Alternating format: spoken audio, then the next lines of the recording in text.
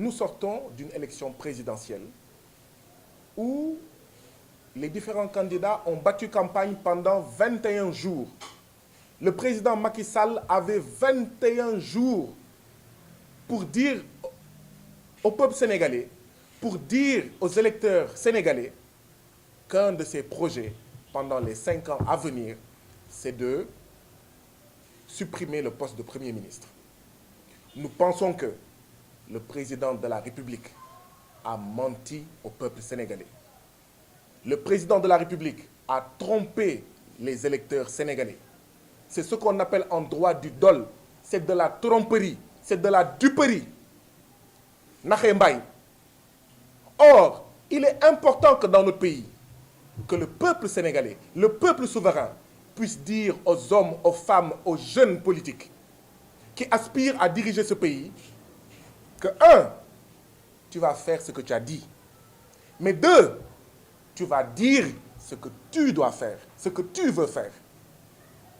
Qui est Macky Sall pour refuser de dire pendant 21 jours au peuple sénégalais, aux électeurs sénégalais, qu'il va supprimer, qu'il veut supprimer le poste de Premier ministre, qu'il ne le dise pas, et que quelques jours après sa réélection, avec beaucoup de guillemets sur cette réélection, parce que ça a été un hold-up électoral, un putsch électoral, qui est Macky Sall pour agir comme ça avec les citoyens sénégalais? Nous pensons qu'il est important que le peuple ne reste pas inerte, que le peuple ne reste pas silencieux, parce que c'est à nous, peuple, d'éduquer aussi notre classe politique. Nous ne pouvons pas accepter que ce soit Macky Sall, que ce soit Tanor Dieng, que ce soit Abdoulaye Wade, que ce soit Ousmane Sonko, quelle que soit la femme ou l'homme politique de ce pays-là, que tu ailles à des élections, que tu caches tes projets, que tu sois élu et que tu viennes nous sortir surprise. Nous pensons que c'est extrêmement grave, c'est extrêmement scandaleux. Si nous le permettons à Macky Sall, les autres présidents feront la même chose. Ils vont battre campagne sur des choses qui ne sont pas vraies. Ils ne vont pas dire leur projet au peuple sénégalais. Et une fois élus, après avoir clignoté à gauche pendant la campagne électorale, ils vont tourner à droite. Cela est inacceptable.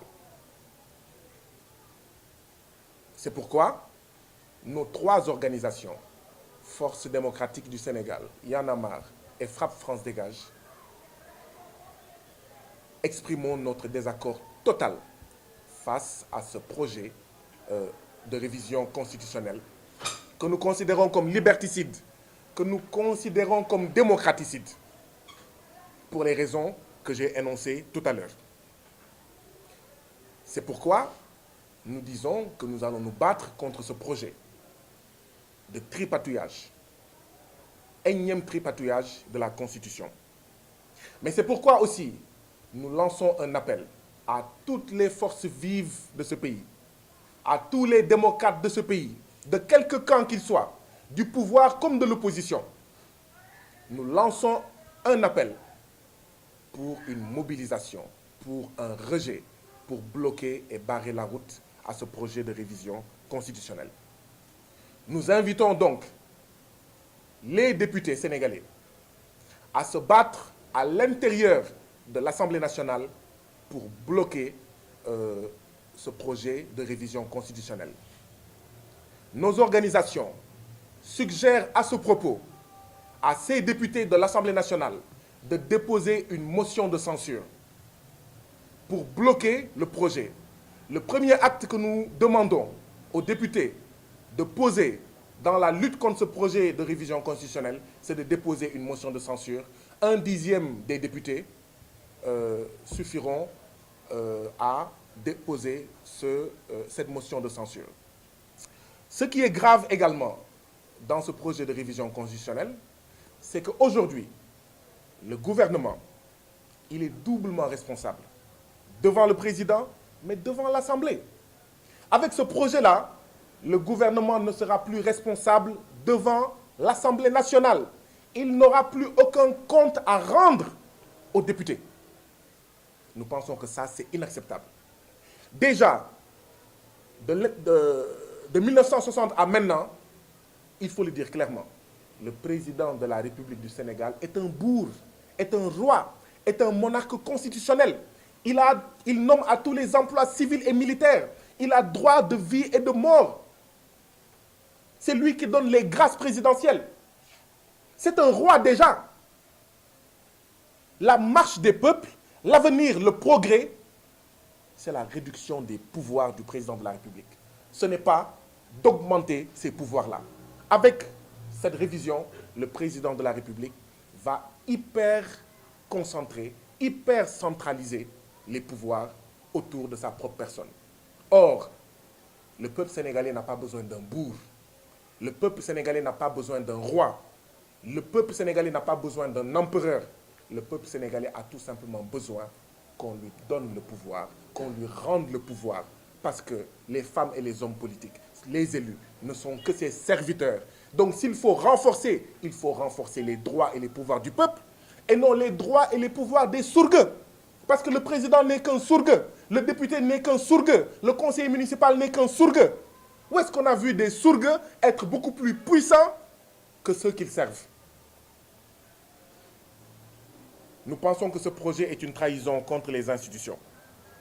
Et d'ailleurs, nous pensons que le garde des Sceaux n'a même pas le droit d'aller défendre ce projet-là devant l'Assemblée.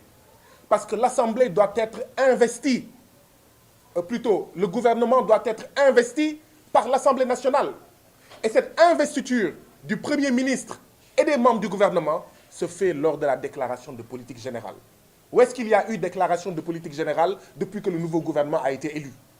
Donc, il ne peut pas y avoir de proposition ou de changement de la Constitution portée par un gouvernement qui n'a pas encore été investi par l'Assemblée nationale à travers notamment la déclaration de politique générale. Donc, le garde des Sceaux n'a même pas le droit de mettre les pieds à l'Assemblée nationale pour défendre ce projet. Le Premier ministre doit d'abord venir faire sa déclaration de politique générale. Et ça, nous le disons solennellement, nous le disons fortement pour que les députés s'en souviennent, mais pour que les citoyens s'en souviennent pour faire ce qu'ils ont à faire. Cette conférence de presse était le premier acte d'une feuille de route que nous allons rendre publique dans les jours à venir, d'une feuille de lutte contre ce projet de révision constitutionnelle. Nous avons le plaisir de noter à cette conférence de presse la présence des camarades du mouvement One Million March qui, en voyant les invitations à cette conférence de presse, sont venus spontanément aujourd'hui pour exprimer leur accord total face à cette lutte. Nous saluons donc la présence ici du mouvement One Million March. Nous allons utiliser les heures à venir pour entrer en contact avec toutes les forces vives de ce pays-là, pour ensemble édifier un rapport de force pour bloquer cette énième forfaiture du président apprenti dictateur Macky Sall.